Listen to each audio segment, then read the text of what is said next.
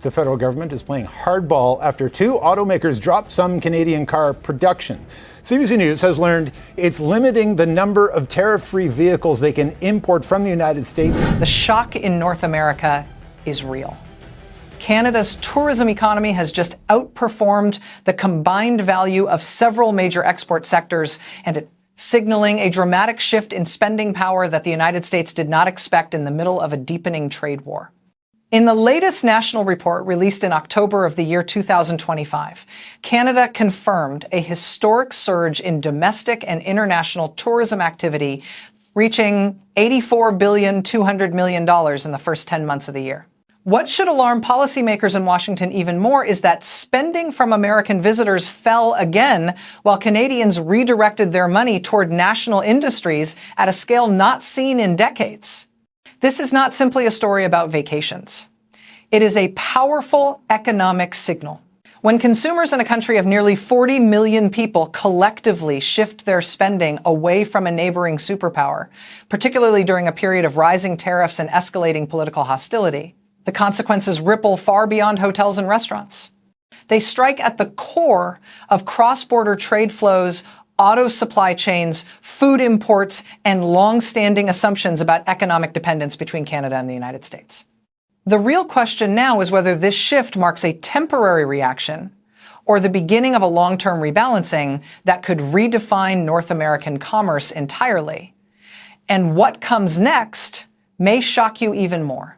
What is unfolding beneath the surface is far more serious than a tourism boom. Canada is quietly constructing a new internal economic engine that weakens traditional cross-border dependence at the very moment the United States is tightening its tariffs and escalating the trade war.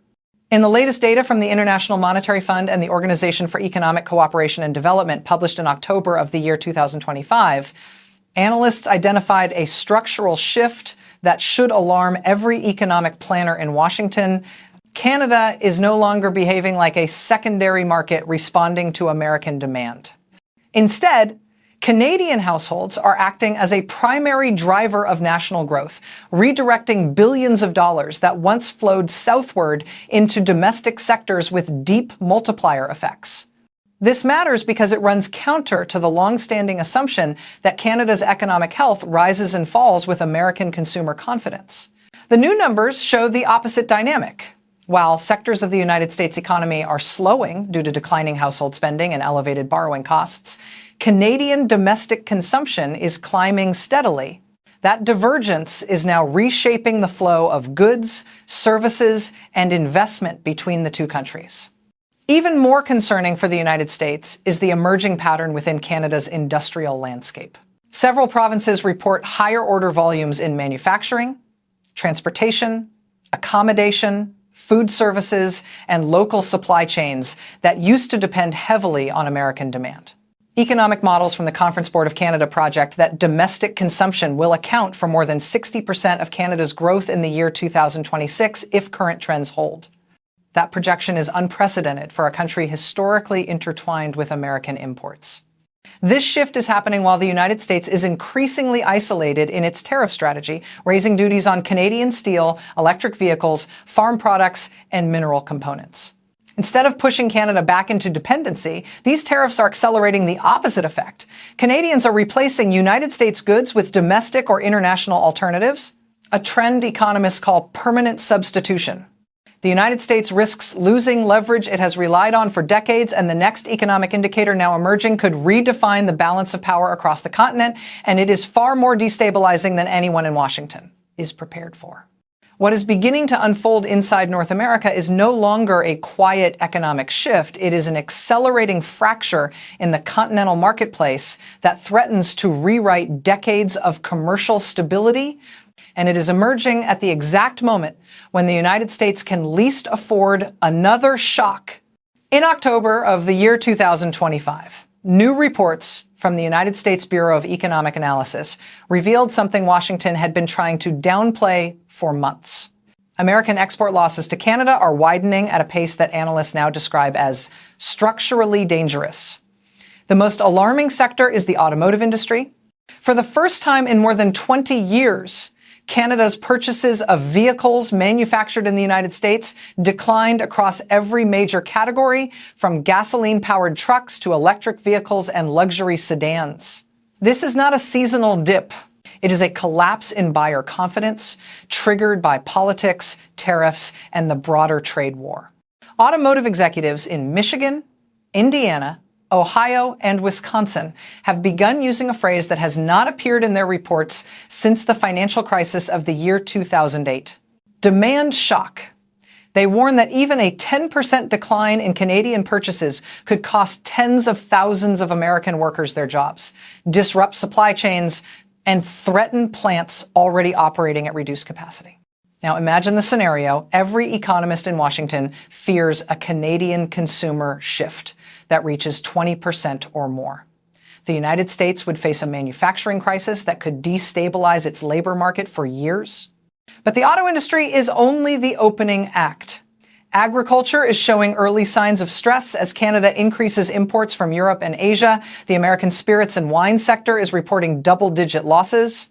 Even cross-border retail giants are preparing for a drop in foot traffic from Canadian shoppers who no longer see the United States as a stable or attractive destination. In a trade war, the most powerful weapon is not always a tariff. Sometimes it is a silent, collective decision made by millions of consumers, a decision that cannot be reversed by speeches, threats, or policy reversals. Canada is demonstrating that power right now, and Washington's traditional levers are failing to contain it. The real danger is not the loss of revenue. It is the possibility that the United States may be watching the beginning of a regional economic realignment, one in which American influence shrinks while Canada strengthens new ties with Europe and Asia. And the next set of numbers arriving from both countries could confirm a shift so severe, it may mark the first irreversible turning point in the economic relationship between Canada and the United States. The most unsettling development emerging across the continent is that the economic shock is no longer confined to corporate balance sheets or government trade statistics. It is now spreading directly into the daily lives of workers, families, and communities in both Canada and the United States, and the consequences are growing heavier with each passing quarter. In Canada, the shift toward domestic consumption is generating momentum that analysts at the Organization for Economic Cooperation and Development describe as multi-layer compounding.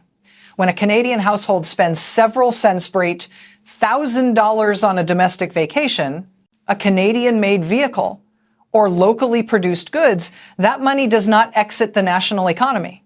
It moves through restaurants, manufacturers, repair shops, construction firms, transport companies, and regional suppliers.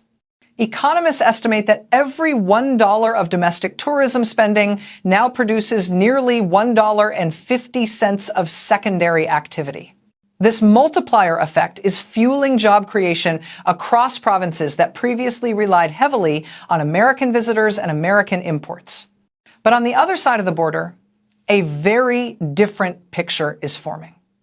In the United States, the reduction in Canadian spending is hitting communities that have long depended on cross-border revenue. Towns in northern states are reporting lower retail traffic, declining hotel occupancy, and weakening restaurant sales. American automakers are cutting overtime shifts. Some suppliers have quietly halted new hiring. And agricultural producers, particularly those exporting fresh goods to Canada, fear that new European and Asian contracts signed by Ottawa could permanently displace their share of the market. This divergence is deepening the rift between Washington and its own industrial base. While the United States government continues to escalate the trade war with higher tariffs targeting Canadian steel, electric vehicle components, food products, and battery materials, many American business leaders argue that these policies are accelerating a loss of competitiveness. Their warnings have grown sharper. If Canada establishes alternative supply chains with Europe and Asia, the United States could lose priority access to a market that has sustained millions of American jobs for decades. And behind the public statements, private briefings delivered to lawmakers in October of the year 2025 contain even darker assessments, predictions that the United States could be facing a cascade of job losses and regional economic contractions if the consumer shift in Canada intensifies. Those internal warnings point to a scenario so severe, so consequential for the economic balance of the continent, that its full implications may be far more explosive than anything revealed so far. What makes the current moment even more critical is the speed at which the international landscape is shifting around North America. Canada is no longer waiting for the United States to stabilize its policies or reconsider its tariff escalation. Instead, Ottawa is forging new commercial pathways that may permanently alter the architecture of trade across the continent. In Brussels, European Union negotiators and Canadian officials have revived stalled components of the Comprehensive Economic and Trade Agreement. Updated projections shared in October of the year 2025 show a significant planned expansion of Canadian automotive and agricultural exports to Europe by the year 2027.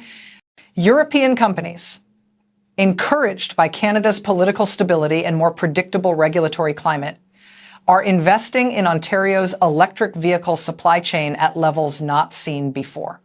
Across the Pacific, China is re-engaging with Canada in ways that Washington had hoped to prevent. Following several months of diplomatic contact, Beijing publicly expressed interest in broader cooperation on agricultural products, seafood, renewable technology, and critical minerals. For a United States administration that views China as its principal strategic competitor, this development is a serious setback. Every new deal Canada signs with China or Asia-Pacific partners weakens the leverage Washington has traditionally relied upon in North American negotiations. Meanwhile, the United States is finding itself increasingly isolated. Higher tariffs imposed under the banner of economic security are generating resistance not only from Canada, but also from major allies in Europe and Asia. Analysts at the International Monetary Fund warn that unilateral tariffs can push the global economy toward fragmentation, leaving countries like the United States exposed to supply chain choke points and shrinking export markets. For a nation whose manufacturing sector depends heavily on cross-border demand, this isolation carries deep risks. But the greatest concern is this: if Canada's new partnerships solidify, American companies may wake up to a world where their largest, easiest, and most reliable market has partially or even significantly shifted away. The North American order that defined decades of prosperity could be replaced by a more divided, unpredictable, and competitive structure. And the intelligence assessments circulating in Washington right now point to a scenario that would shake the foundation of North American commerce. A scenario that could become public far sooner than officials are prepared to admit. What is becoming unmistakably clear is that Canada is not merely benefiting from shifting consumer behavior. It is developing a long-term economic strategy designed to reduce strategic dependency on the United States and to insulate the country from future political turbulence, tariff escalations, or trade war disruptions. Internal documents reviewed by several think tanks in October of the year 2025 outline a coordinated approach that Canadian policymakers have been refining since the year 2022. The blueprint has 3 pillars. First, Canada is expanding domestic consumption as a stabilizing engine for national growth. When households spend at home, revenue circulates through the economy, tax receipts increase, and the government gains leverage in international negotiations. This model reduces vulnerability to external shocks, especially those originating from the United States. Second, Canada is diversifying its supply chains with unprecedented speed. Agreements with the European Union, renewed agricultural frameworks with Asia-Pacific partners, and China's re-engagement with key Canadian sectors are all reshaping the trade landscape. For decades, the United States assumed that Canada would remain structurally dependent on American markets. That assumption no longer holds. Third, Canada is strengthening its industrial base in strategic sectors such as automotive manufacturing, critical minerals, clean energy, and food production. New investments in Ontario and Quebec signal an ambition to create value chains that do not rise and fall with United States policies or tariffs. If these chains become self-sustaining, the balance of influence in North America could change dramatically. For the first time in a generation, Canada is positioning itself not as a junior partner, but as a semi-autonomous economic pole in its own right. And this shift is happening far faster than Washington analysts anticipated. While Canada's strategy is gaining momentum, the United States is confronting a threat that is far more difficult to counter than any tariff list or trade war escalation. The threat is psychological and structural. It is the loss of automatic Canadian loyalty to the American marketplace. For decades, the United States benefited from an unwritten rule. Canadians would buy American cars, visit American cities, import American goods, and support American supply chains even without incentives. That rule anchored billions of dollars of American revenue and millions of American jobs. But once consumers consciously shift away, reversing that movement becomes nearly impossible. A quiet warning circulating in Washington economic circles describes the risk in stark terms. If Canada's consumer base permanently reorients toward domestic and international alternatives, the United States will lose a portion of its northern market forever, regardless of who occupies the White House. This is the scenario policymakers fear most, because the consequences are cascading. American manufacturing weakens as factories lose predictable Canadian demand. Agricultural exports decline as Canada signs long-term supply contracts with Europe and Asia. Retail giants lose cross-border shoppers. Tourism in the northern United States contracts. The United States loses economic leverage that has shaped North American politics for half a century. This is not a short-term downturn. It is the beginning of de-dollarization at the micro level, not of currency, but of consumer loyalty and commercial dependence. And the most explosive element of this shift has not yet been publicly revealed, a development that analysts warn could transform North American trade forever if confirmed. North America is entering a new and uncertain era, one defined not by treaties or negotiations, but by the quiet power of consumer decisions and the unpredictable momentum of an evolving trade war. Canada's shift toward internal spending, new global partnerships, and reduced reliance on American supply chains is no longer a theory. It is a measurable economic reality.